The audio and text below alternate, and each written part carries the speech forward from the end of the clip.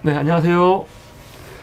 오늘은 매우 특별한 시간입니다. 우리 사람 ING가 항상 한 몇 년 됐죠, 벌써 한지 유튜브에 소질이 있는 분들을 발굴을 해서 채널을 만들어주는 일을 하고 있거든요. 그래서 다 아시다시피 한홍구 TV가 있었고 또 트리티도 마찬가지고 최근에는 임동숙 작가님 또 배영강 박사 여러분들이 저희와 함께 방송을 하면서 유튜브를 만들어서 또 이제 다양한 좋은 정보를 많이 소통하고 있는데 오늘은 정말 특별한 날입니다. 왜냐하면은 저도 전직 목사로서 전직이기도 하고 지금은 또 우리 일본 교인과 이보 교인이 있거든요. 교인들 사이에서 아직도 목사로 통하는데 목회했던 사람으로서 항상 마음에 부담이 되는 게 주일날 설교 준비하는 거거든요. 근데 사실 현재 유튜브 안에 그렇게 참고할 만한 이런 유튜브 방송이 없습니다. 그냥 기독교 방송도 글쎄요, 그냥 좀 자잘한 것들은 있겠지만 말씀을 좀 깊이 있게 좀 참고해서 볼 수 있는 방송은 제가 솔직히 본 적이 없습니다. 본 적이 없는데 요번에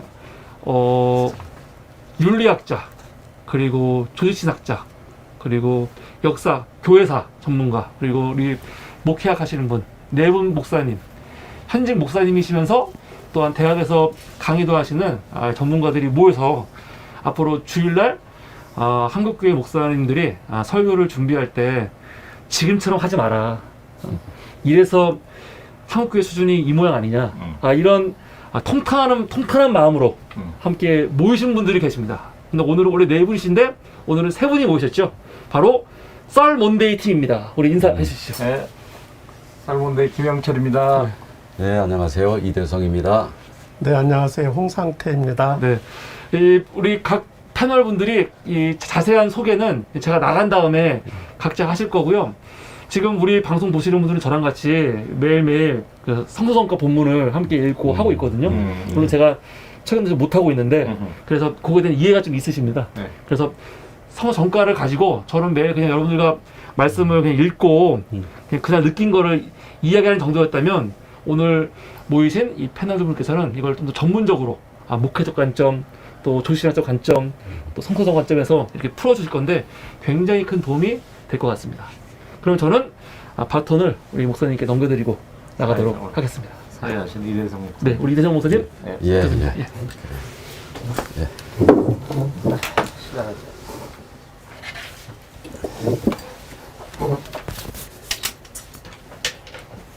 제가 소개를 안 해드렸네. 여기서 PT를 이걸 보실 때 여기서 여기 밑에 인터넷이라고 있어요, 교수님. 이걸 딱 누르면 화면이 바뀝니다. 그래갖고 여기 지금 이게 보이는 거거든요. 여기를 움직이면 저게 변하는 거예요. 그래서 저 위를 건드시면 안 되고 여기를 움직이시면 됩니다. 여기 마우스 이걸로 움직이시면 이렇게 이 상태로 진행하셔도 되고 또 말씀을 많이 하실 때는 화면을 저기 넘겨서 알겠습니다. 일단은 여기서 네. 이렇게 가도록 하겠습니다.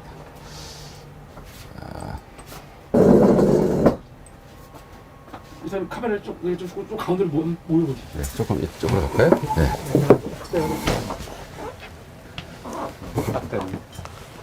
네. 오늘 첫날이어서 여러 가지 실수가 있을 것 같습니다. 그리고 또 일부러 많은 분들한테 알리진 않고 오늘 저희들이 시작을 하는데요. 무엇보다도 우리 사람 ING 아카데미 스튜디오에서 이렇게 이쪽 분야에서 그래도 또 나름대로 선구자적으로 굉장히 그 털을 잡아 놓으신 우리 정준호 대표님 또 어정희 실장님이 많은 배려를 해 주셔서 우리가 이렇게 용기를 내서 시작을 할 수 있게 된 것 같습니다. 사실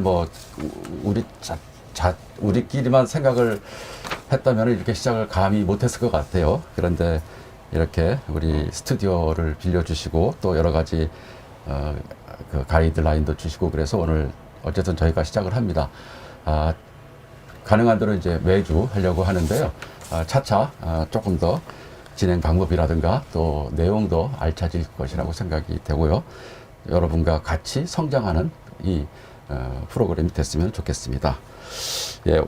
먼저 오늘은 사실 본격적으로 그 내용에 들어가기보다는 이 유튜브 프로그램을 하는 의도가 무엇인지 우리가 또 어느 쪽으로 초점을 맞춰서 할 것인지에 대해서 좀 설명을 좀 드리려고 합니다. 그래서 먼저 이제 화면에서 보시는 책이 이 모든 일과 관련된 중요한 연결고리가 되겠는데요. 여기서 보시는 대로 Feasting on the World라는 이제 영어 제목이고 번역을 말씀의 잔치, 교회력에 따른 복음서 설교 이렇게 잡았습니다. 그리고 이제 보시는 대로 2022년으로 되어 있죠. 그리고 이 책을 이제 원래 편집한 분들의 이름이 있고 그다음에 이제 그 아래 4명의 이 목사님들 이름이 있습니다. 고현영, 김영철, 이대성, 홍상태 전부 다 예장 통합에 속한 그 비슷한 시기의 신학을 공부하고 비슷한 고민을 갖고 지금까지 목회를 하고 신학을 했던 이제 사람들이고요. 뭐 나중에 또 아시겠지만은 어떻게 보면 이 네 사람의 그 인간 관계 때문에 이런 그 프로그램이 생기게 됐다라는 생각을 해볼 수가 있겠고요. 저희가 뭐 이제 우리 이 모임의 역사에 대해서는 또 다른 분께서 좀 설명을 해드릴 거고요. 저는 이 시간에 일단은 우리 네 사람에 대해서 간단하게 제가 좀 프로파일을 소개해 드리려고 합니다. 이 책에 그 표지에 나와 있는 프로파일이 있는데요. 그거를 제가 간단하게 이렇게 읽으면서 소개해 드리겠습니다. 먼저 고현영 목사님은요, 오늘은 참석을 못 하셨는데 학부 때는 영문학을 하시고 장로신학대학에서 MD하고 THM을 하시고 풀러 신학교에서 디미를 하셨습니다. 지금 현재 수성교회 담임 목사를 맡고 계시고 또 참된 평화를 만드는 사람들의 연구원으로 계시고요. 그 다음에 김영철 목사님은 또 이따 또 직접 말씀을 하시겠지만은 학부 때는 정치외교학을 하시고 장로신학대학에서 MD부 또 미국 웨스턴 테올로지컬 세미나리 또 캐나다 낙스 칼리지 유니버시티 토론토에서 석사 박사를 하시고 또 캐나다에서도 목회를 하시고 우리나라 한국에 들어오셔서 새민족교회 또 KNCC 교육위원장 등의 다양한 목회 활동을 하셨고요. 역시 참된 평화를 만드는 사람들 연구원이시고요. 저는 학부 때는 철학을 했고요. 또 장로신학대학에서 MD부를 하고 미국에서는 프리스턴 세미나리 또 GTU에서 석사와 박사를 하고 지금 현재 이제 연세대학교에서 교목으로 있으면서 삼회교회라는 대학교회를 담임을 이제 역임을 했고 지금 현재는 교목실장을 맡고 있고 또 연합신학대학원의 교수로 또 연세대학교 대학교회 담임 목사로 일을 하고 있습니다. 그리고 끝으로 홍상태 목사님은 학부 때는 전자공학을 하셨고 또 장로신학대학원에서 MD부 THM을 하시고 미국에서 GTU에서 MA 클레먼트 그레디트 유니버시티에서 PhD를 하시고요. 현재 생명살림교회 담임 목사를 하시고 참된 평화를 만드는 사람들 이제 사무총장으로 수고하시고 여기서 보시는 대로 이 네 사람의 연결고리는 장로신학대학에서 MD부를 했다는 그 굉장히 두꺼운 그 연결고리가 있고요. 그리고 또 지금까지 신학생 시절부터 지금까지 참된 평화를 만드는 사람들을 통하여서 같이 진짜 많이 관심을 모으고 희생적으로 그 일을 위해서 뜻을 모았다라는 게 큰 특징일 것 같습니다. 예, 먼저 이제 오늘 우리가 프로그램을 시작하기 때문에 이렇게 프로그램을 진행할 사람들을 간단하게 소개를 드렸고요. 이어서 우리가 지금 이 책을 통해서 하려고 하는 것은 교회력에 따라서 성서정과 본문을 공부하면서 목회자에게 혹은 또 평신도에게 어떤 도움을 줄 수 있을까 그런 고민을 갖고 우리가 이 프로그램을 진행하고 있는 것입니다. 그래서 먼저 우리 홍상태 목사님께서 교회력과 성서정과가 무엇인가 또 왜 중요한가 이런 주제로 말씀을 해 주시겠습니다. 네. 방송 출연은 해본 적이 없어서 이렇게 화면을 보고 막 그러니까 가슴이 막 떨리고 그렇습니다. 저는 그 교회력 교회력과 성서 정과에 대해서 간단하게 말씀을 좀 드리려고 합니다. 교회력은 이제 말 그대로 교회의 달력입니다. 사회는 사회의 달력이 있고 교회는 교회의 달력이 있는데 이 교회의 달력을 만드는데 뭘 가지고 기본으로 해서 만들었냐 하면은 예수 그리스도의 생애, 특히 구속 사역, 그 삶을 중심으로 만들었습니다. 사회 달력은 1월부터 시작하지만 그래서 교회력은 다릅니다. 그래서 예수께서 탄생하신 성탄절 전에 오심을 기다리는 대림절부터 시작하고요. 그 다음에 오신 성탄절, 그 다음에 공적 생활을 하신 주현절, 고난을 당한 사순절, 그리고 부활절, 그 이후 성령 강림절 이렇게 진행이 되고 다시 그 왕이신 그리스도 주일 이렇게 끝나고 다시 대림절 이렇게 해서 이제 1년이 되는 순환 구조를 가지고 있습니다.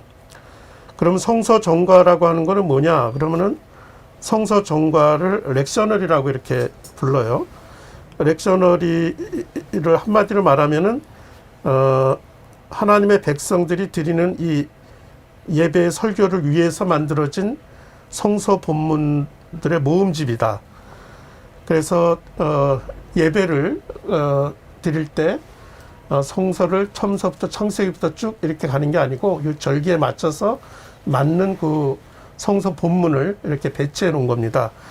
이거는 초대교회에서부터 시작이 됐는데요. 대체로 4세기경부터 이제 교회가 제도화되고 나서부터 교회력에 따라서 성경 본문을 준비해서 이렇게 사용했습니다. 그래서 어느 하나만 있는 게 아니고 예루살렘 성서정과도 있고 비잔틴 성서정과도 있고 이게 중세 때까지 오면서 뭐 톨레도 성서정과도 있고 이렇게 여러 그 성서정과가 있었습니다.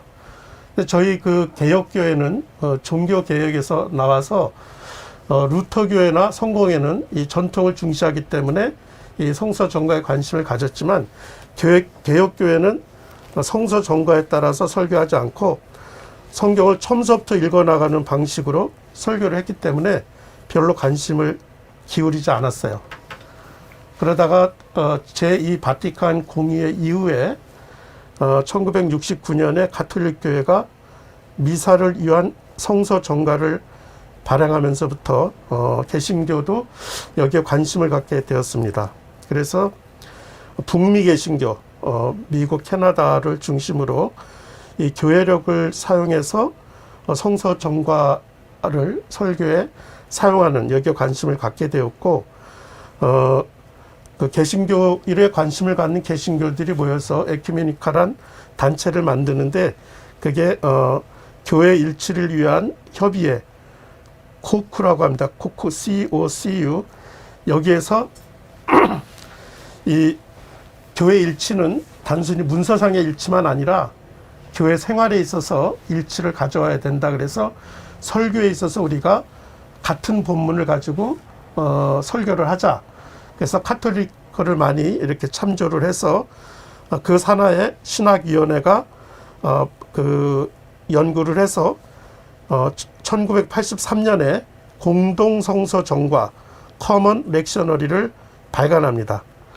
그래서 이 커먼 렉셔너리를 가지고 9년 동안 사용을 해본 다음에 그 결과를 반영을 해서 개정을 해가지고 1992년에 현재 우리가 사용하고 있는 공동성서정과 그 이제 커먼 렉셔너리를 개정한 거기 때문에 개정 공동성서정과 그래서 더 리바이스드 커먼 렉셔너리가 발간되었고 많은 그 개신교회가 이 그 개정 공동성서정과를 사용하기에 이르렀습니다. 한국의 이 성서정과를 소개한 분은 장신대 설교학 교수로 있었던 정장복 교수님이 1984년에 예배와 설교 핸드북에서 소개를 했어요. 이때는 이제 개정되기 전이죠. 공동성서정과를 기반으로 해서 우리한테 소개를 했고 지금은 이제 많은 그 사람들이 또 교회가 사용을 하고 있습니다. 그래서 구성은 그 카톨릭 성서전과 비슷하게 3년 주기로 되어 있고 이 3년은 복음서를 중심으로 구약, 시편, 서신서를 배치한 형태로 되어 있어요. 그래서 3년은 A해, B해, C해. 그래서 A해는 마태의해, 그리고 복음서는 마태고, 구약은 주로 모세 오경 중심으로 창세기 이야기라든지 모세 이야기, 그리고 서신서는 로마서, 빌립보, 데살로니가 전서 이렇게 되어 있습니다.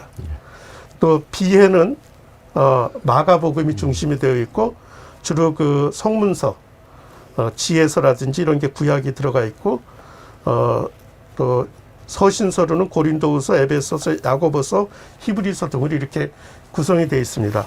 그 올해가 C해죠. 올해가 누가해인데 주로 복음서는 누가, 그리고 예언서를 중심으로 구약이 편성이 되어 있고요.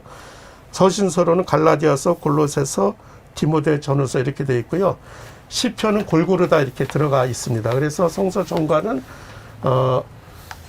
시편, 구약, 서신서, 복음서 이렇게 되어 있습니다. 그래서 이것을 가지고 성서 전과를 가지고 사용하는 분들이 계시다고 하니까 이것이 주는 좋은 점은 우리가 세계 교회와 함께 성경 본문을 교회력에 따라 설교하는 그런 세계 교회와 함께하는 에큐메니컬적인 의미가 있다고 할 수가 있고요. 또 설교에 있어서 본문을 편식하지 않고 골고루 다룰 수 있는, 그래서 균형 잡힌 신앙을 위해서 도움이 될 수 있는 그런 점이 있다고 하겠습니다. 예, 우리 그 교회력과 또 성서전과에 대해서 충분히 자세하게 말씀을 드리셨을 거로 생각이 됩니다. 이 교회에서 하시는 분이라서 디테일한데 굉장히 신경을 쓰시는 것 같죠. 굉장히 자세하게 연구를 많이 하셨네. 예, 우리끼리도 뭐 이렇게 모임하다 보면은 다 자기 성격이 좀 나타나는 것 같은데 3분 안에 좀 끝내달라고 했는데 3분은 좀 넘은 것 같습니다. 예. 자, 그러면 이제는 그 김영철 목사님께서 지금 우리들이 이제 모이는 모임을 저희들 스스로 이름을 짓기를 썰먼데이라고 졌어요. 그러니까 썰먼이라는 단어하고 먼데이라는 단어를 합해서 썰먼데이라고 졌는데, 왜냐하면 이제 월요일마다 목사들이 그 다음에 돌아올 주일날에 설교를 위해서 같이 대화하는 모임으로 시작을 했는데, 실제로 그 모임의 역사가 굉장히 저희들에게 의미가 있습니다. 그래서 그것과 연관해서 우리 김영철 목사님께서 간단하게 우리 그 히스토리를 좀 말씀해 주시겠습니다. 우리 출발은 같이 이제 아까 장신대 신대원 다닐 때 현대신학연구회라는 그 서클을 같이 했는데요. 우리가 거기에서 우리의 목표는 교회 갱신과 사회 변혁에 참여하는 그런 기독교, 교회, 목회자 이런 문제의식을 갖고 있었고요. 그런 차원에서 가장 이제 교인들과 함께 할 수 있는 부분 중에 큰 부분이 주일 설교인데, 어떻게 하면 주일 설교를 교회를 변화시키고 사회에 함께 참여할 수 있는 이런 어떤 내용으로 갈 수 있을까라는 고민 속에 같이 모임을 하게 되었고요. 이게 한 5년이 넘은 것 같아요. 한 7년 됐나? 10년쯤 된 것 같은데. 10년 가까이, 벌써 10년이 됐네요. 연대에서 모이면서 이제 몇 분이, 그때는 지금하고 구성이 좀 달랐지만은 함께 모여서 이제 여러 가지 각도로 아까 말씀하신 다양한 그 자료를 가지고 설교 준비를 하는 모임을 했었습니다. 이제 그런 중에 그럼에도 불구하고 뭔가 이렇게 교회력에 따라서 설교를 한다는 부분에서는 처음부터 저희가 같이 공감을 하고, 너무 이제 한국교회가 그 설교 본문도 편식 현상이 많아서 좀 골고루 성경을 참고하면서 그야말로 아까 말씀드린 그런 차원의 설교를 할 수 있는 어떤 내용을 가지기 위해서 이제 모임을 시작을 했던 거고요. 그러다가 저희가 이제 마침내 그 이 책, 미국 책이긴 하지만 굉장히 균형 잡히고 본문에 관한 깊이 있는 성찰을 신학적 관점에서, 주석적 관점에서, 또 목회적 관점에서, 설교적 관점에서 이렇게 보여주는 책이라고 볼 수 있습니다. 그래서 이제 한 5년 전부터는 이 책을 가지고 본격적으로 이제 저희들이 네 사람이 지금 출연하고 있는 네 분이 그 네 가지 관점을 가지고 항상 하기 때문에 사실은 교회에게는 그 구약과 서신서와 시편과 복음서 네 편이 있는데 저희가 그걸 다 하기에는 상당히 어려워서 복음서를 위주로 하기로 하고 이렇게 각자 한 장으로 번역해 가서 같이 발표하고 또 설교할 주제를 나누고 했던 것들이 우리의 모임의 출발이었습니다. 그러다가 이제 작년에 이러한 결과들을 좀 함께 나누는 것이 아무래도 이 책으로 출판하는 게 좀 필요하겠다고 해서 위에 마가복음 복음서를 출판했고요. 올해도 이렇게 어김없이 시에 이 누가복음을 출판했고 저희들이 내년에도 마태복음을 출판하기 위해서 좀 지금도 모임을 하고 있습니다. 아무튼 저희가 이제 이 책 아까 소개도 했는데요. 뭐 실중에도 다 나가 있지만은 굉장히 두꺼운 책입니다. 근데 이 책 안에는 제가 말씀드렸듯이 네 가지 본문을 네 가지 관점으로 매주에 했는데 이 미국 교회의 어떤 영향을 보여주는 책이라고 생각하고요. 이제 한국 교회가 이런 책을 준비를 하기에는 신학적인 뭐 교회적인 역량은 충분하지만 아직도 깊이 있게 그런 것들을 하지 못한 것 같습니다. 아무튼 이 책을 가지고 저희들이 이제 공부를 하면서 이제 책으로만 나왔지만은 이 방송으로 좀 이렇게 나눌 수 없을까라는 고민 속에서 아까 우리 정준호 대표를 통해서 이렇게 유튜브까지 하게 되었습니다. 아무튼 여러분과 함께 이렇게 서먼데이 월요일은 아니고 오늘은 다른 요일인데요. 가급적이면 월요일날 오늘 월요일이구나. 네. 월요일날 설교를 준비하게 되면 일주일에 그 여러 가지 것들을 모아서 할 수 있는 그런 장점이 있다는 생각에서 강력하게 좀 추천을 드리고 꼭 목회자 설교를 하는 목회자뿐만 아니라 저희가 문제의식을 가졌던 게 교회의 변화와 사회 변화에 참여하는 기독교라는 차원에서 보면 함께 참여하면서 그런 것들을 같이 모색할 수 있는 좋은 계기가 되리라 생각합니다. 예. 이 책을 중심으로 해서 우리가 이제 거의 매주 모여서 공부를 이제 한 그 히스토리에 대해서 말씀을 해 주셨는데요. 뭐 아마 이 네 사람을 비롯해서 또 다른 분들도 있었지만은 이제 하다 보면은 좀 지치기도 하고 동력이 떨어지고 게으르기도 할 때 그 다른 사람이 또 이렇게 에너지를 주고 또 다른 사람이 또 푸시를 하고 이런 식으로 해서 이렇게 지금까지 온 것 같아요. 그래서 저희도 지나고 나서 보면은 그 왕성했던 어떤 시절에 그래도 꾸준하게 나름대로 대화를 하고 신학적인 사고를 하고 또 한국 교회에 대해서도 관심을 나눌 수 있었던 이런 모임이 있었다는 게 이제 저로서는 굉장히 이제 소중한 관계였다라는 생각이 듭니다. 그리고 이제 이 책이 Feasting on the World라는 이 책이 사실 얼마나 대단한 프로젝트인가 하면은요. 지금 이제 여러분이 보는 책 있잖아요. 책을 한번 좀 들어서 다시 한번 보여주십시오. 예, 이 책이 지금 한 몇 페이지나 됩니까? 한 700페이지가 되는데요. 요거가 결국은 올해 한 해의 복음서만을 해설한 것을 모아놓은 거거든요. 그러니까 올해 지금 이거 말고 사실은 3권이 더 있는 거죠. 시편이 있고 또 구약성서가 있고 서신서가 있고 그러니까 올해 한 해 그 성서정가에 따른 설교 준비를 위한 자료로서는 이 책의 4배가 이미 영어로는 나와 있는 것이죠. 그런데 이게 이제 3년이 다니기 때문에 결국 지금 이 Feasting on the World라는 이 프로젝트로 출간된 영어 책은 다 합해서 이런 책이 12권이 된 겁니다. 그러니까 그야말로 전집이죠. 그리고 제가 생각할 때는 특히 뭐 목사님들 중에서 이제 설교에 대해서 고민하시는 분들은 큰 도움이 될 거라고 생각이 되는데요. 이 책만 보면은 그야말로 성서 본문에 대해서 기본적인 것은 물론이거니와 우리가 진짜 평소에 생각하지 못했던 많은 중요한 그 포인트들을 여기서 이제 알려주고 있고요. 그리고 이제 이 책은 설교집은 절대로 아닙니다. 그러니까 이 책을 갖고 그냥 이렇게 그대로 카피해서 설교할 수 있는 책은 아니고요. 그러나 본인이 어떤 문제의식을 갖고 설교를 준비할 때 굉장히 중요한 진짜 그 인사이트를 주는 그런 책이라고 볼 수가 있겠고요.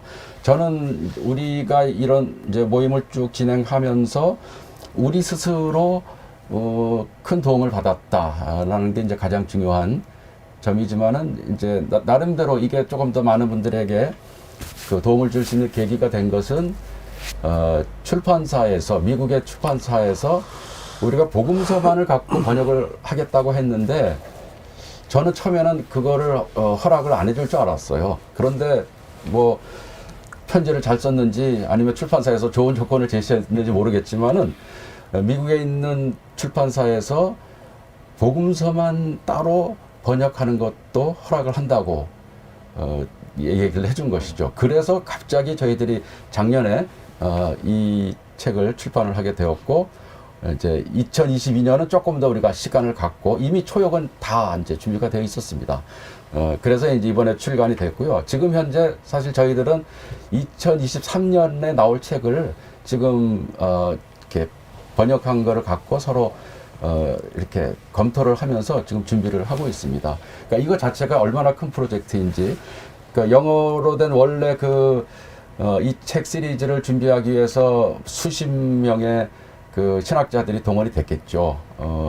그렇고 우리나라에서도 지금 이제 복음서가 이렇게 번역이 돼 있는데 가능하면은 다른 그 세 부분도 같이 번역이 되면 참 좋겠다라는 그런 희망을 갖고 있습니다. 여러분 중에서 관심 있는 분들이 계시면은 같이 힘을 합칠 수 있으면 좋을 것 같습니다.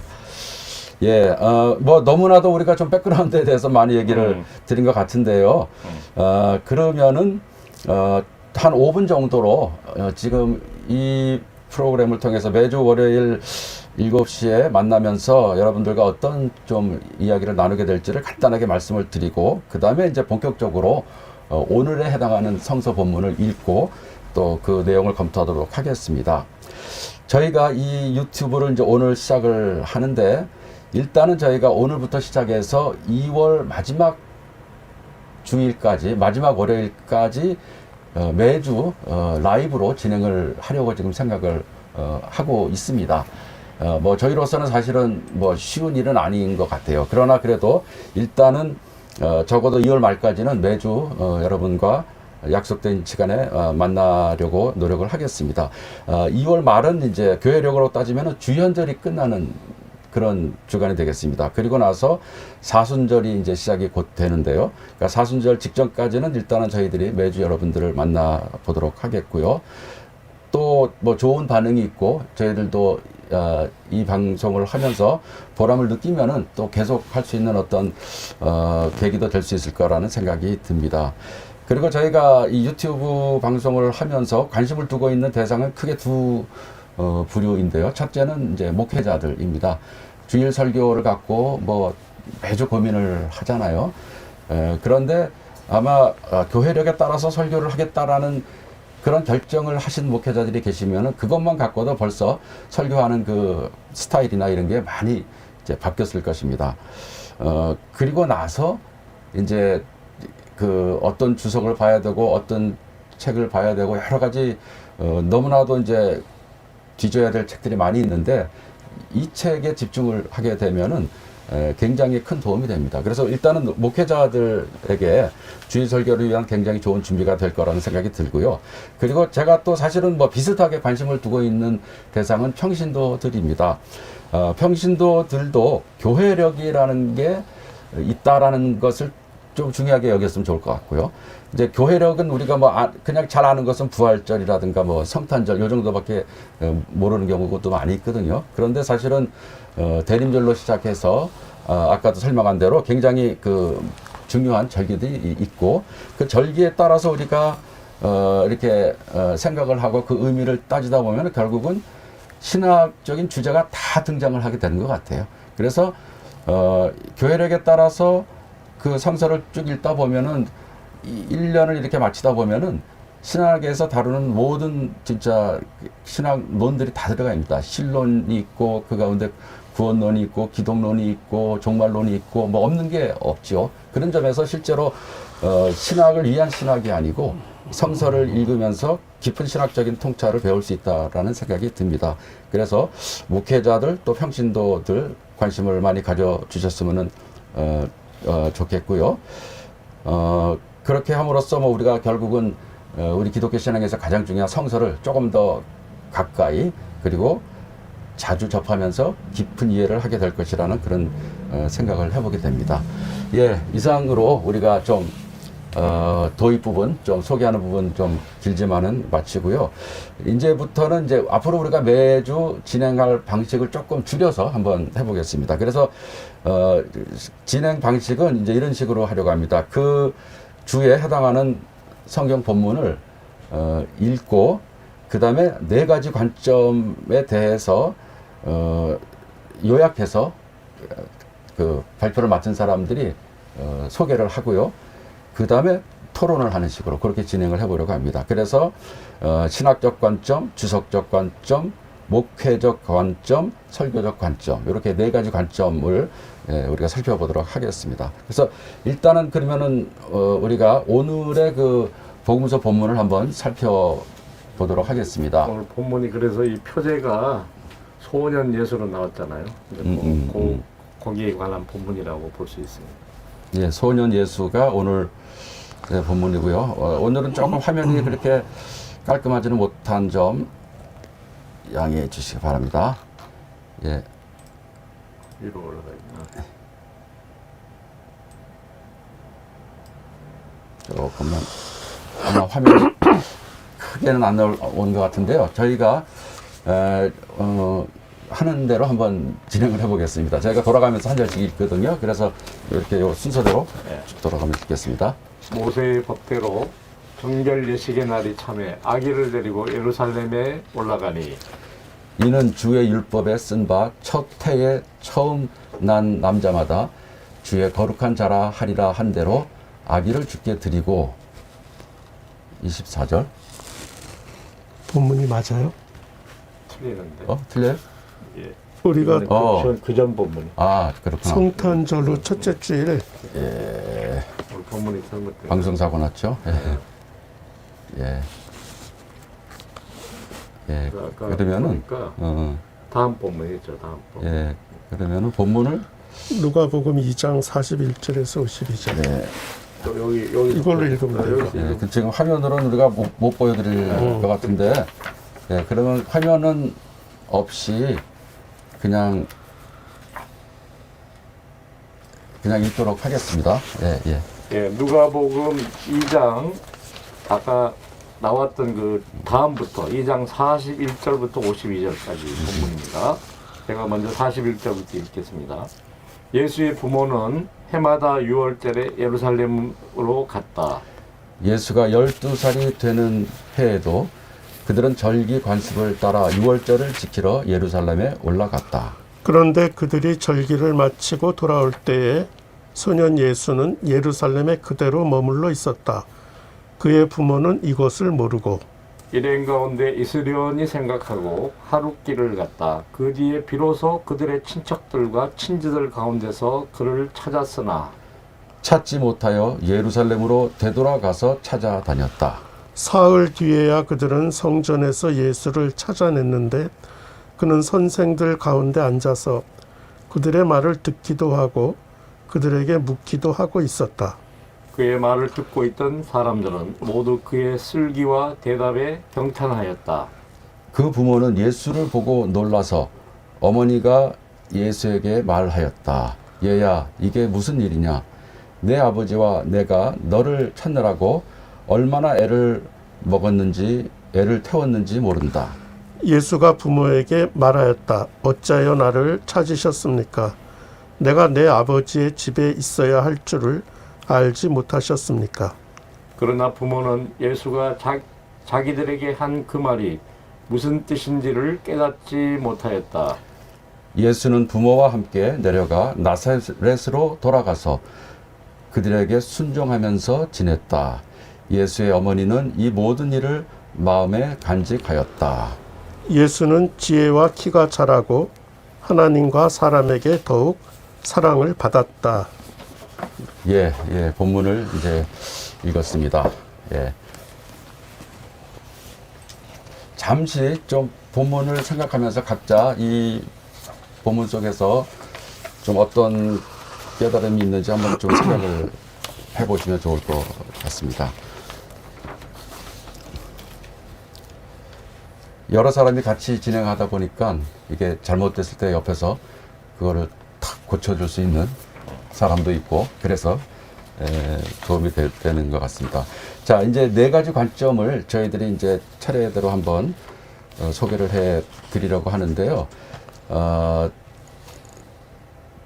우리가 이제 번역을 하다 보니까 대체로 각 관점의 길이가 한글 파일로, 한글 그 워드 프로세서로 치면은 대개 A4 용지 한 장에 가득 찰 정도로 분량이 되는 것 같아요.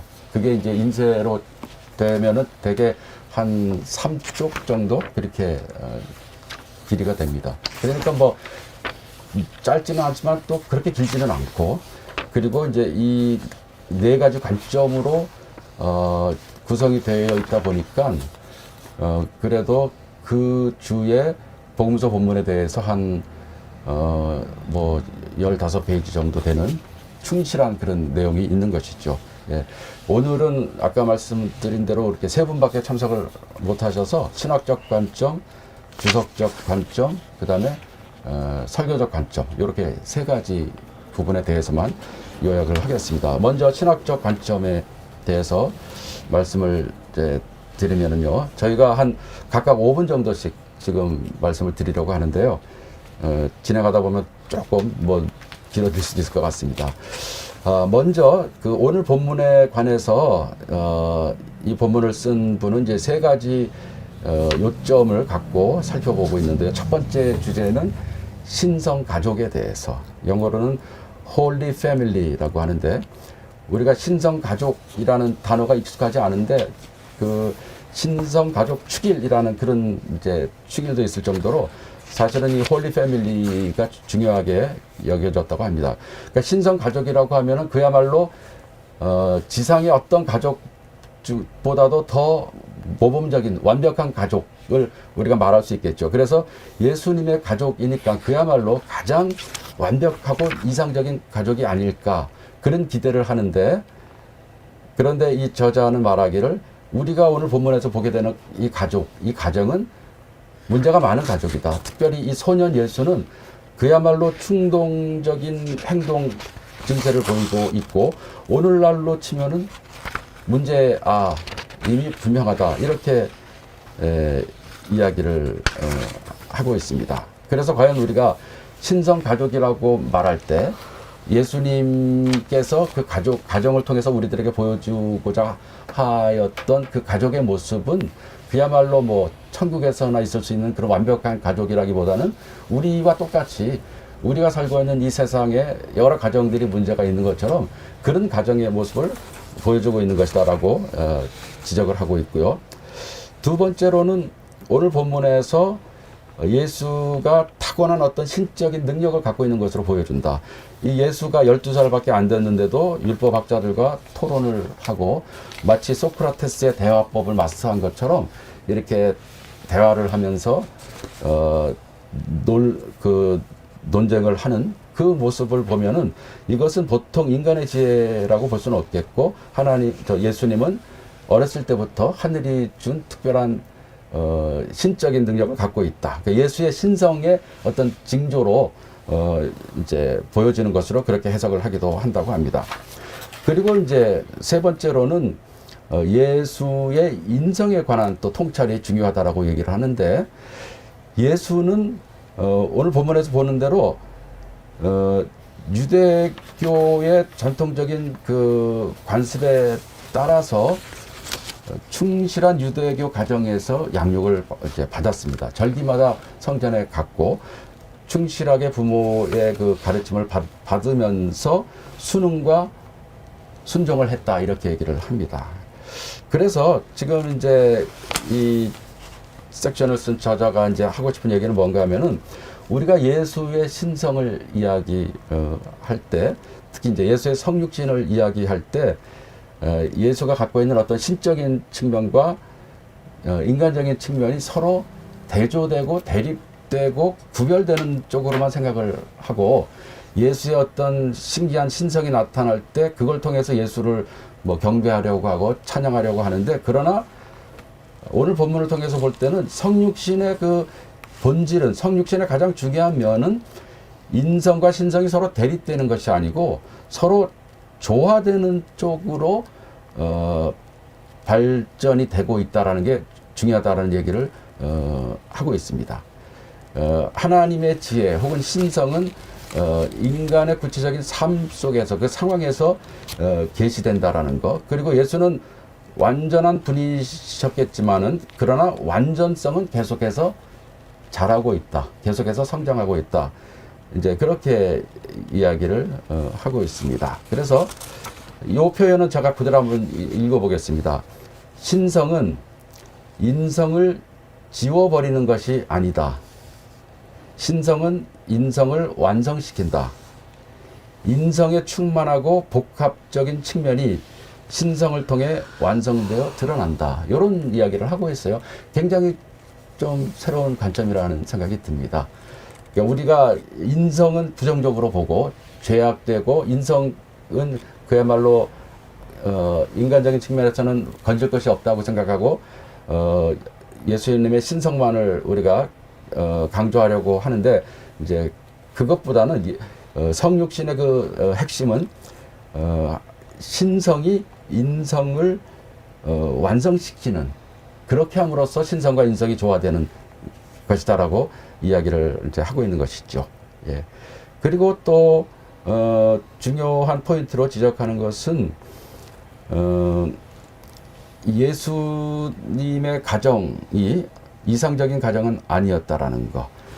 예, 하나님께서 그 예수의 가정을 통해서 결국은 예수를 메시아로 성장시키고 또 구세주가 되게 하셨는데, 그것은 그 가정이 완전한 가정이고 신앙적인 가정이고 뭐 모든 것이 다 보호되고 안전한 가정이어서 그런 것이 아니고, 일반 가정과 같이 문제가 많은 가정이었지만은, 그러나 그 가운데서 어려움을 이겨내고 또 문제를 해결하면서 가정을 이루어 나가서 그 가정에서 구원이 이루어졌다는 것. 그래서 성육신이 성가족의 삶을 통해서 드러났지만은, 그 성가족은 오늘날 우리가 살고 있는, 또 우리가 경험하게 되는 오늘날의 무너진 가정, 많은 문제가 있는 가정과 다른 가정이 아니고 똑같이 문제가 많은 가정이었다라는 거. 그래서 하나님은 혼란을 경험하는 가정 안으로 그리스도의 모습으로 들어오셔서 거기로부터 구원을 이루신다라는 그 의미가 오늘 본문에서 확연하게 드러난다, 이런 이야기를 하고 있습니다. 예. 이상 좀 신학적 관점에 대한 좀 요약을 말씀드렸고요. 이제 주석적 관점에 대해서는 김혁정 목사님께서 또 이야기가 이제 그 신약 정경에서 예수님의 어린 시절에 관해 언급하는 유일한 이야기입니다. 그래서 오늘 우리 본문을 제목을 소년 예수라고 했는데, 복음서 전체적으로 볼 때 태어날 때 이야기, 여러분들도 뭐 성탄절 다가오지만 성탄절 이야기 많이 들으셨을 텐데, 그런 이야기들과 30세 이후의 공생에 관한 이야기가 대부분이고요. 그 중간 이야기가 거의 없는데, 특히 요 12살 때 이야기, 소년 예수 이야기는 유일하게 언급하는 유일한 이야기죠. 그래서 이제 굉장히 이 본문이 좀 특별한 나름대로 의미를 가진다라고 볼 수가 있고, 아마도 다른 복음서에는 또 없습니다. 이게 여기 누가복음에만 이렇게 나오게 되는 내용이어서 누가복음의 특징을 잘 보여주는 거라고 볼 수 있고요. 그러다 보니까 이제 채팅창이 없나? 채팅. 이 어릴 때 이야기인데 읽어보시면 알지만 굉장히 비범한 슬기와 지혜가 이제 충만하고, 성전에서 유명한 그 율법학자들과 이렇게 토론도 하면서 도리어 그들에게 어떤 새로운 어떤 제시를 하는 그런 모습을 보고 부모들도 깜짝 놀라고 그런 것들이 나타나죠.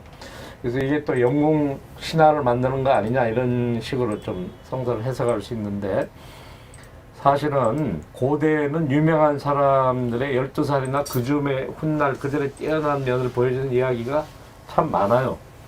그러한 이야기가 뭐 인도의 부처님, 붓다나 이집트의 오시리스나 페르시아의 고레스 대왕이나 로마의 아우구스투스 관한 것도 굉장히 많은데, 복음서에는 이런 이야기가 딱 한 군데만 나오는 거잖아요.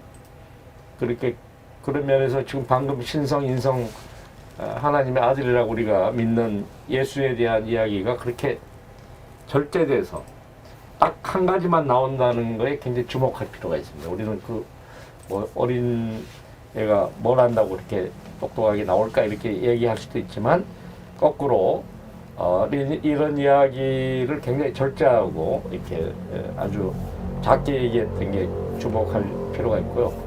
두 번째는 이야기의 유대적 뿌리가 매우 명확하게 나타났잖아요. 유월절이라는 그 쉽게 말하면 유대인들이 최고의 명절로 치는, 그래서 12살 이상 된 성인들은 다 예루살렘 성전으로, 사실 예수님이 살았던 갈릴리에서 예루살렘까지 꽤 먼 거리거든요, 당시에. 그런 곳까지 찾아가는, 그리고 예수가 함께 이렇게 부모와 동행해서 그까지 가는 그런 설정.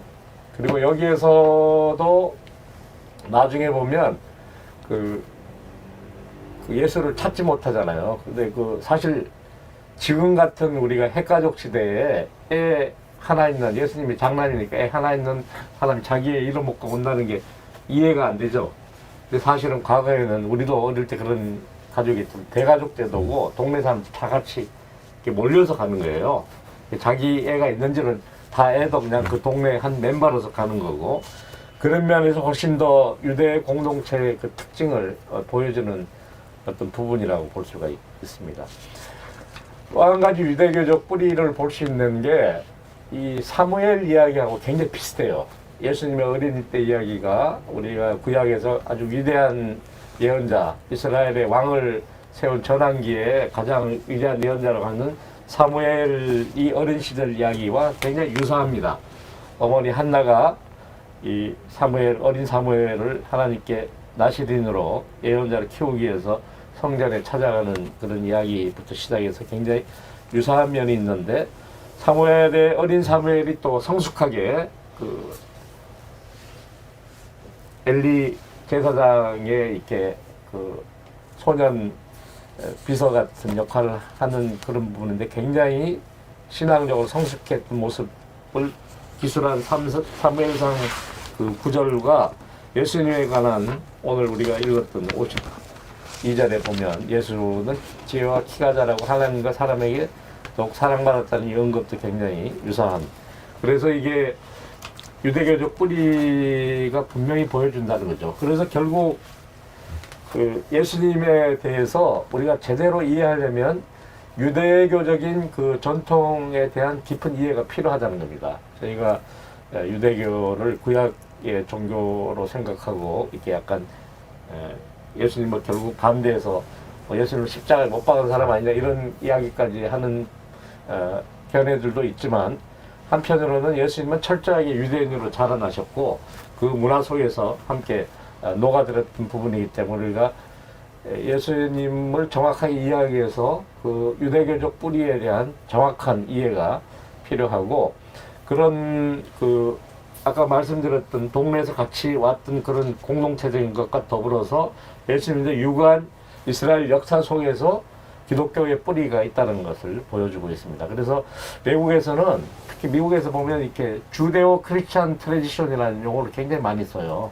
저도 한국에서 공부할 때는 유대교 전통에 관한 이야기는 어떻게 보면 구약적이다, 좀 극복해야 된다, 뭐 심지어 배격해야 된다 이런 얘기까지 하면서 구약을 본문으로 많이 사용 안 하고 신약만 이렇게 아주 편식해서 쓰는 경우도 많이 있는데, 근데 사실은 예수님을 제대로 이해하기 위해서는 오늘 추석적 관점에서는 그 구약과 신약의 연결, 유대교와 기독교의 연결에 대한 강조점을 잘 보여주고 있는 본문이라고 그렇게 설명하고 있습니다. 예, 자 이제 주석적 관점에 대해서 이제 또 신학적 관점과는 조금 다른 각도에서 설명을 들었고요. 그리고 이제 홍상태 목사님이 설교적 관점에 대해서 또 말씀을 해주시겠습니다. 네, 설교적 관점은 이 앞에 있는 그 신학적, 주석적, 목회적 이거를 다 보고 이렇게 쓰는 것 같아요. 그래서 앞에 말씀하신 내용들이 또 반복되는 경우도 있고요. 오늘 그 설교적 관점에서의 그 핵심적인 그 키워드는 긴장입니다. 소년 예수가 만들어내는 긴장. 그러니까 제일 그 무서운 나이가 중2라고 그러는데 우리나라 중2 그 반항기와 비슷한 그런 시기에 일어난 일을 다루는데 그 소년 예수가 긴장을 만들어낸다. 어떤 긴장을 만들어내느냐라고 하면 예수의 부모와 예수의 긴장이 여기서 나타나요. 또 예수의 부모와 성전에서 예수와 대담을 나누고 그 가르침에 감탄하던 그 선생들 간의 긴장. 여기서 이 긴장이라는 말은 뭘로 바꿀 수 있냐면은 다른 이해, 다른 생각, 다른 인식으로 우리가 이렇게 바꿀 수가 있는 것 같아요. 그 얘기는 부모와 예수의 생각이 달랐다. 또 부모와 율법 교사가 소년 예수를 바라보는 눈이 달랐다. 이런 것들이 이제 그 긴장이라고 하는 우리 그 설교적 관점 그 79페이지 첫째 줄에 보면 긴장이라고 하는 키워드가 나옵니다. 그래서 이 긴장을 만들어내는 핵심적인 그 소년 예수의 대답이 내가 내 아버지의 집에 있어야 할 줄을 알지 못하셨습니까? 라고 부모에게 묻는 이 질문이 긴장의 그 클라이막스를 이루고 있습니다. 예수도 우리 주석적 관점에서 말씀하신 것처럼 유대인이죠. 그 부모들도 유대인이고 같은 유대 문화에서 자랐는데 왜 예수는 다른 이야기를 할까? 부모랑 다른 인식을 할까? 이것이 오늘 굉장히 중요한 그런 그 주제입니다. 이것이 부모와 예수의 긴장이고 여기에 근거해서 설교적 관점 몇 가지 주제를 이끌어내는 걸로 글을 전개해 나가고 있습니다. 그래서 그 첫 번째 그 주제는 예수의 인생에서 성전이 중요했다. 그래서 그 누가복음이 묘사하는 예수는 어릴 때부터 성전에서 그 관계를 맺습니다. 아까 주석적 관점에서 말한 것처럼 그 가장 먼저 쓰여진 마가복음에는 이 이야기가 없어요. 어린 시절의 이야기가 없습니다. 그런데 누가복음은 8일 만에 할례를 받고 부모가 너무 가난해서 가난한 사람들이 드리는 비둘기 한 쌍으로 그 희생 예물을 드리는 그 장면을 소개하고 있죠. 또 그 장면에 오늘 그 예수와 대담하는 율법 선생과 비슷한 시므온과 안나라고 하는 부모가 보지 못하는 예수를 볼 줄 아는 그 눈을 가진 사람들이 있었죠. 오늘 본문에서도 부모는 보지 못하는 면을 이 율법 선생들이 보고 감탄하잖아요. 이걸 또 이렇게 대비시킵니다. 그래서 그 예수의 이야기를 이 성전을 중심에 두고 이것은 아까 말한 것처럼 유대적인 뿌리를 보여주고 있습니다. 아이를 잃어버린 부모와 잃어버린 아이에게서 놀라운 하나님의 지혜를 발견하고 경청하는 율법 교사가 긴장을 이루고 있죠. 다 같은 유대인인데 부모가 소년 예수를 바라보는 것과 이 율법 선생들이 감탄하는 것과는 차이가 있습니다. 성전의 선생들은 혈육의 부모가 보지 못하는 것을 보는데 그 자리가 바로 성전이라는 얘기예요. 그래서 누가는 성전을 강조하고 그 보지 못하는 것을 보는 그 시몬과 안나 그리고 오늘 율법 선생을 말하고 있습니다.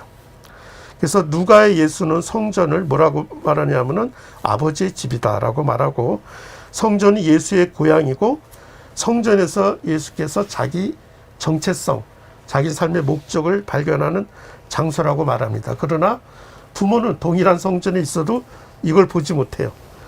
가까이 있지만, 가까이 있고 자식이지만 이들은 그거를 보지 못하고 있는 것을 보여줍니다. 이 일이 일어난 것이 성전이고, 두 번째 주제는 아까 가족 얘기가 좀 나왔는데 이 앞에 주제와 연결이 돼 있어요. 그렇다면은 예수의 가족은 누구인가라고 하는 것이 이제 긴장을 또 조성합니다. 같은 유대인이지만 마리아와 요셉에게 있어서 가족은 혈통이 한정이 되죠. 그러나 성전에서 예수의 가족은 성전이 아버지의 집이고 이 혈통에 한정되지 않습니다. 그것을 예수의 세 가족은 혈통을 넘는, 그래서 설교적 관점에서는 뭐라고 표현하냐면 확대된 공동체다라고 이렇게 말합니다.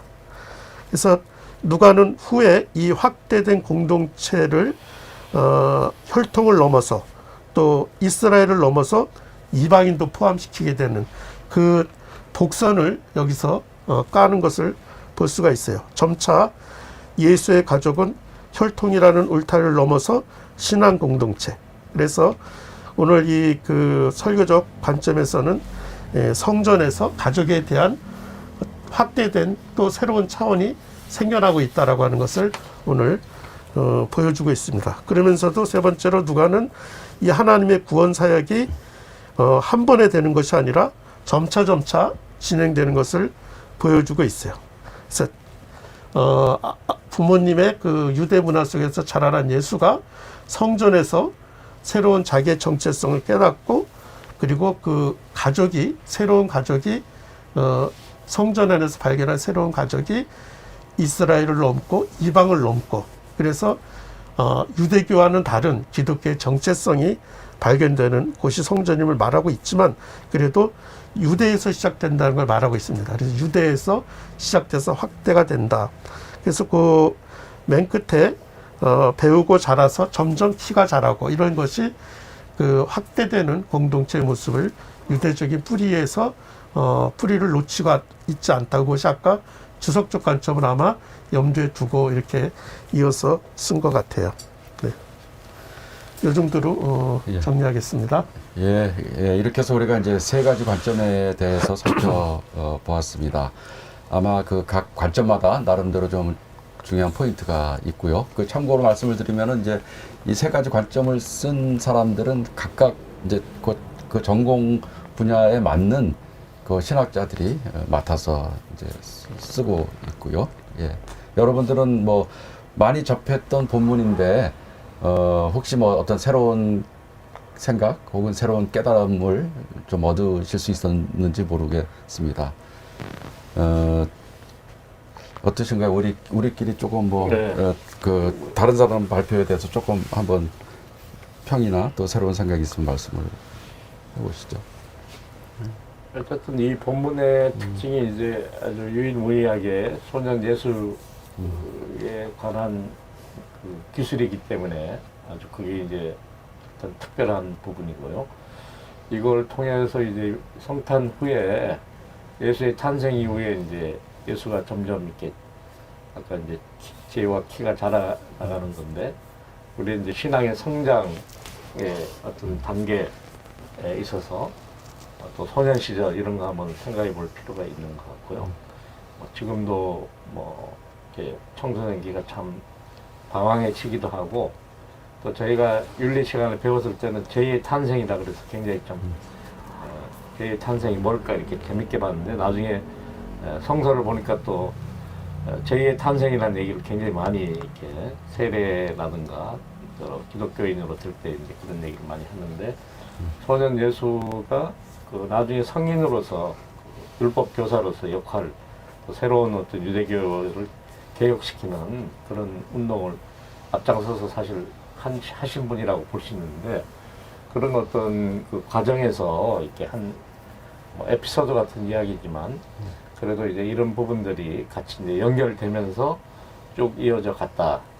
물론 이제 뭐 긴 세월 중에 딱 한 스토리만 나와서 그래서 제가 소개는 안 드렸는데 유아복음, 도마복음, 유아를 위한 도마복음서라는 책이 있어요. 거기에 보면 예수님의 5살부터 12살까지 이야기를 많이 기술해 놨다고 하는데요. 그건 이제 정경으로 채택되지는 못했습니다. 아마도 거기에 보면 뭐 다양한 이야기들이 나타난다고 하는데 그런 이야기들도 우리가 좀 참고를 하면서 과연 그 신앙의 성장이라는 게 어떤 저기 차원으로 이렇게 이루어질까 이런 부분에 대해서 한번 고민해보는 시간이 되면 좋을 것 같아요.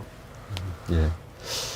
그리고 이제 제가 이렇게 조금 특이하다라는 생각이 들게 다가오는 게 뭔가 하면은 예수가 이제 성전에서 주로 그 반대하는 사람들을 많이 만나게 되잖아요. 예수의 생애를 보면 대개 성전에서 이렇게 좋은 일이 생기는 게 아니고 늘 반대하는 사람을 만나는데 지금 이 본문에서는 어떻게 보면은 예수와 성전에 있는 그 율법학자들이 소통을 잘하고 며칠 동안 사흘 동안 서로 대화를 이어갈 정도로 굉장히 아주 얘기가 잘 통했던 게 아닌가. 그리고 도리어 예수의 부모는 이제 그 상황을 이해하지 못했다라는 게 굉장히 특이하고 그리고 이제 그 오늘 그 각 관점에 대한 코멘트를 하는 분들도 되게 이 성전이라는 그 공간이 어떤 그 신앙의 형성을 위해서 또 그 사명을 이루어가는 데 있어서 굉장히 이제 중요한 장이다라는 그런 이야기를 하고 있는 것 같아요. 그런데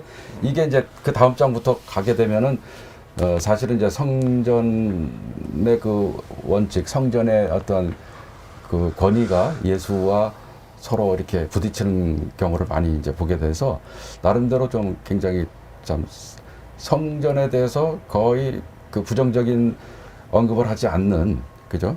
그런 특징이 있다는 생각이 듭니다. 여기서는 거의 뭐 성전과 성전에 관계되는 사람들에게 무슨 부정적인 모습을 볼 수가 없죠, 그죠? 예.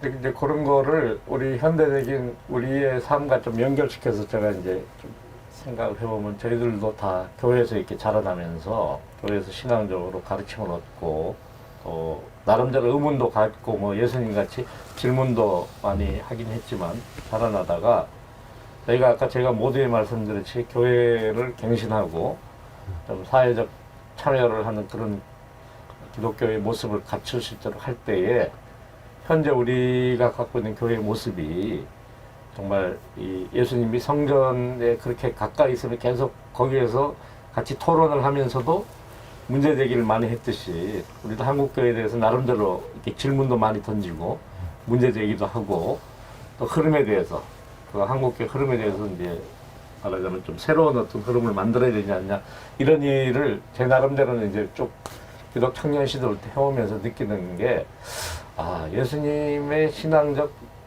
이력이나 그 방향도 굉장히 유사한 방향이 아닌가. 제가 뭐 예수님과 똑같다는 그런 얘기가 아니라 그리고 신앙적인 그런 고민을 하는 분들이 이게 이제 이 교회를 약간 그렇게 비판하거나 이제 새롭게 성찰한다 그래서 교회를 이렇게 낮게 보거나 교회를 떠나려는 것이 아니라 훨씬 더 많은 애정을 가지고 예수님이 굉장히 성전을 사랑했던 분이 아닌가. 저렇게 이렇게 별로 나중에는 이제 적대적인 취급을 많이 받으면서 계속 가서 토론도 하고 얘기도 하고. 그렇죠. 그러니까 우리 사실 반대자들 별로 만나고 싶지 않은데 어떻게 보면 예수님은 그런 어떤 부분에 대해서 이렇게 과감하게 가서 만나고 계속해서 또 그걸 변화시키려고 하고 그런 모습들을 보면서 우리가 또 해왔던 일과 이렇게 좀 연관시켜서 상당한 시사점을 좀 갖게 됩니다.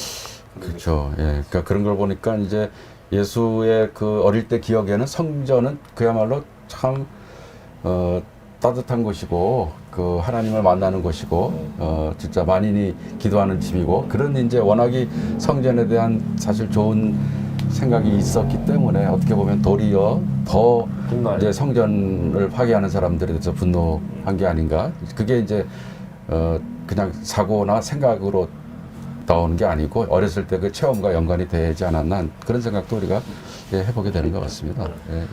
한국 교회에서 이제 어떻게 보면은 이제 티네이저 예수를 설교한다는 게 괜찮을까 내지는 그래서 여기서 성전에 있는 예수는 소통이 잘 되는데 한국 교회 혹은 교인들이 이해하고 있는 예수는 아까 우리 신학적 관점에서 다룬 것처럼 신성 강조죠. 그러니까 어떤 반항하고 뭐 이런 것들은 받아들이기가 불편한 거예요. 그러니까 우리 그 한국 교회가 생각하는 예수는 4개 복음서가 다 혼합이 돼 있는데 그 중에 요한복음을 중심으로 돼 있는 것 같아요. 그러니까 요한복음에는 인간적인 모습이 굉장히 좀 적고 이미 나면서부터 모든 걸 다 알고 있는 그래서 어떤 그 여인이 잡혀와도 다 알고 있는 그런 예수를 갖고 있기 때문에 그와 다른 예수 대화하고 변화하고 성장하고 이러는 것은 신성이 어떻게 보면 좀 이렇게 불편해지는 그런 분위기가 많이 있는 것 같아요. 그래서 그런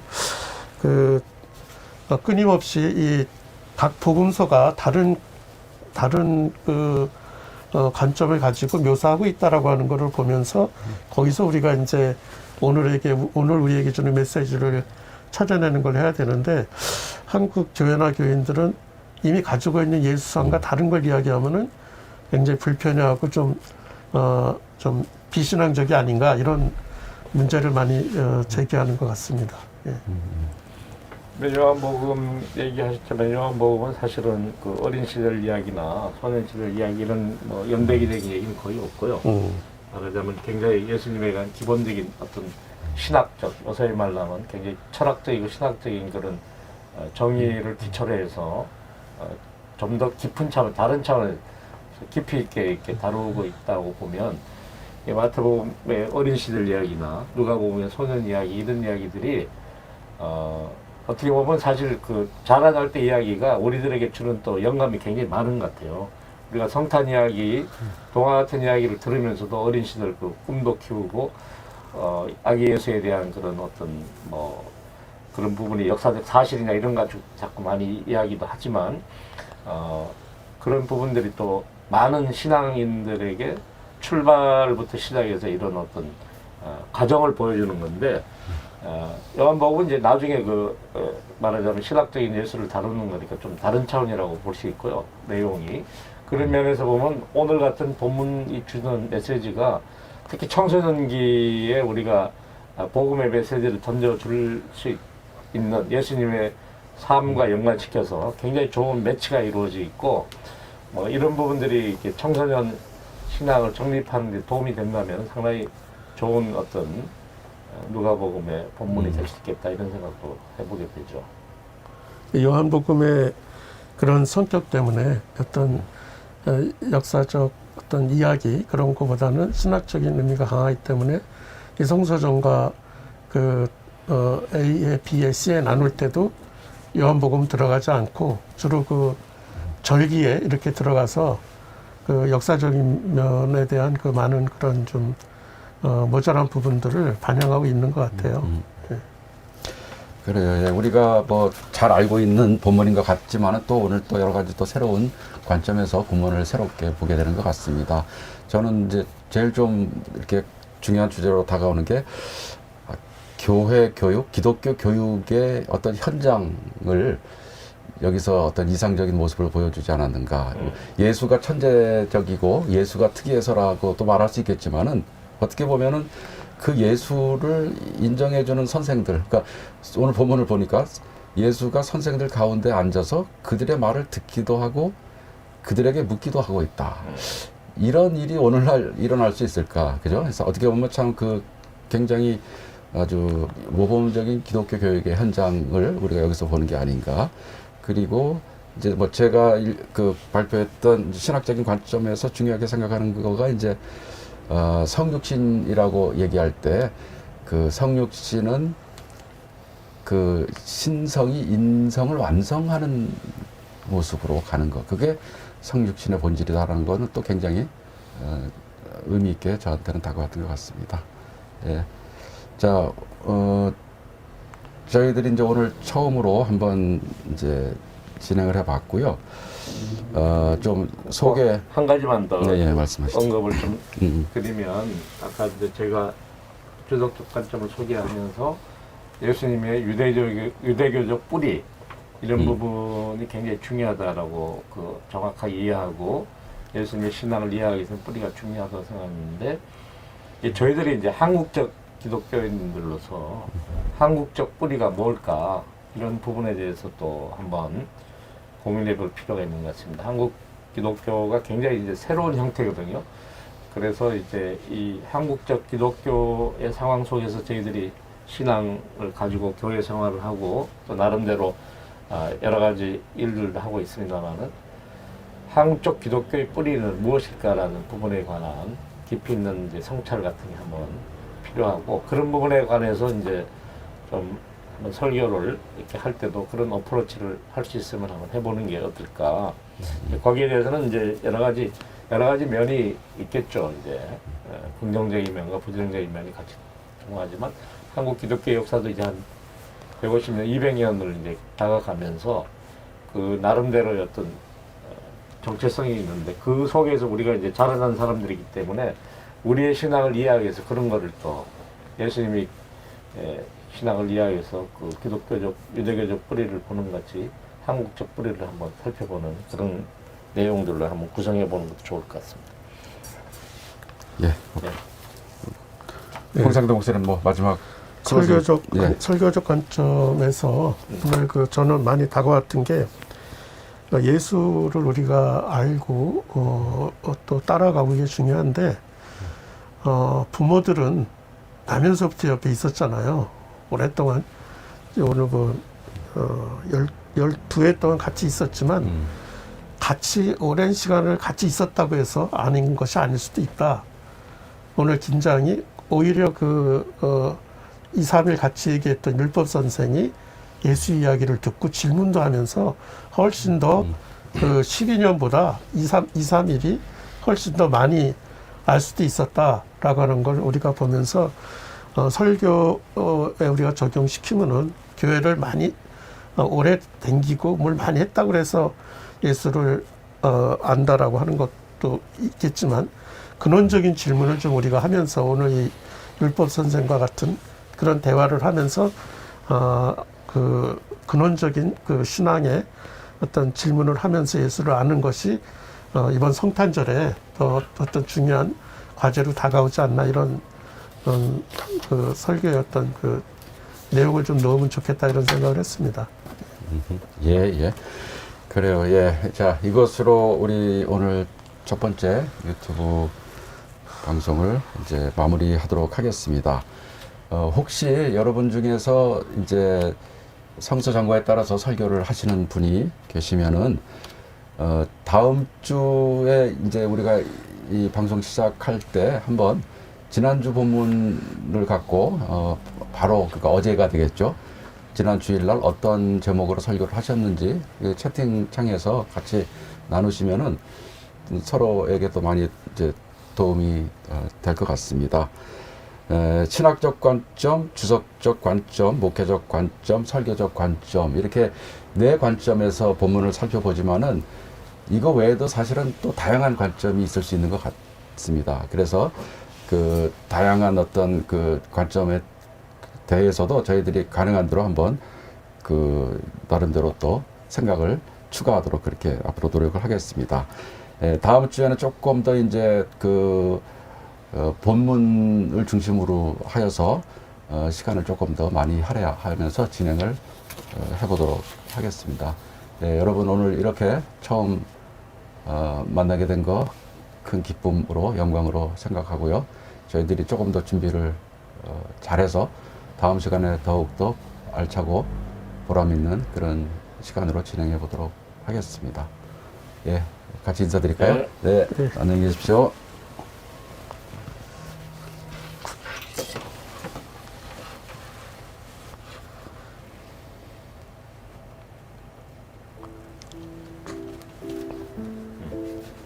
이렇게